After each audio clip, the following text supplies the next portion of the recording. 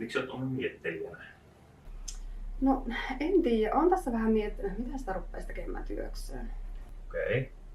Teollisuuden alat kiinnostaisi, esimerkiksi metalli- ja muoviala. Niin. Joo, no itse asiassa minun kaverihan valmistui siitä työvoimakoulutuksesta ja työllistyi heti. Ai jaa, mikäs koulutus se oli? No katsotaan. Terve vaan, olen Hirvosen Tommi ja olen opettajana Riverialla.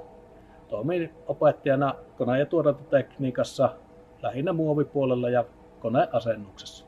Teollisuudessa on jatkuvaa kysyntää osaavasta työvoimasta ja meillä on erinäköisiä koulutuksia erinäisiin tarpeisiin niin yrityksille kuin sitten näille työttömille työnhakijoillekin. Ja koulutusten pituudet vaihtelee 3 kuukaudesta tuonne 9 kuukautta, jopa 12 kuukautta, riippuen mitä henkilö haluaa sitten opiskella. Hyvät mahdollisuudet oppia niitä työelämätaitoja ynnä muita tehtäviä, mitä sillä yrityksissä on, koska meillä on erittäin tiivis yhteistyö näiden yritysten kanssa. No kenellekä nämä koulutukset sitten sopii? No semmoisille, kellä on jo hieman kokemusta tai sitten ei välttämättä mitään kokemusta. Se riippuu ihan niistä tehtävistä, mitä sitten haluaisi lähteä tekemään. Ja tehtäväthän vaihtelee aika paljon yrityskohtaisesti. On laadunvalvontatehtäviä, koneenkäyttötehtäviä, sitten on vähän vaativampaa osaamista vaativia tehtäviä. Tällöin myös koulutusaika on monesti pitempi.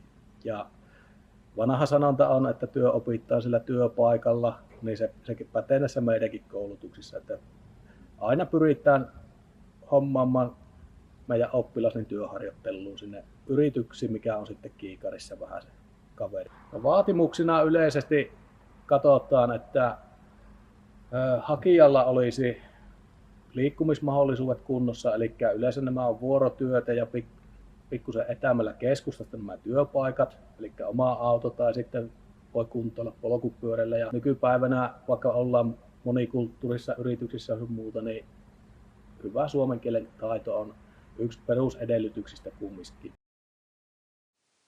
Kiitos Tommi. Seuraavaksi me kuullaan koulutuksen suorittaneen ja sen kautta työllistyneen Heidin ajatuksia. Minä olen Heidi ja töissä Ounevalla. Koulutuksen hakuprosessi oli helppo, ei tarvinnut kun täyttää hakemus netissä ja osallistua haastatteluun. Koulutus oli käytännönläheistä ja erityisesti tykkäsin tehdaskierroksista. Alun perin kävin muoviteollisuus tutuksi koulutuksen ja työllistyin työssäoppimispaikan kautta useammaksi vuodeksi alan yritykseen. Sitten halusin opiskella lisää ja hakeuduin metalli- ja muovialan työkalupakkiin. Kesken koulutuksen työllistyin jo Ounevalle. Tällä hetkellä työskentelen levytyöntekijänä ja nyt olen särmäämässä ja teen 2 vuorotyötä joustavalla työajalla. Tykkään työkavereista tosi paljon ja viihdyn tosi hyvin. Suosittelen kyllä ihan kaikille ja alalta löytyy hyvin töitä. Kannattaa hakea mukaan. Me hain kyllä ainakin mukaan.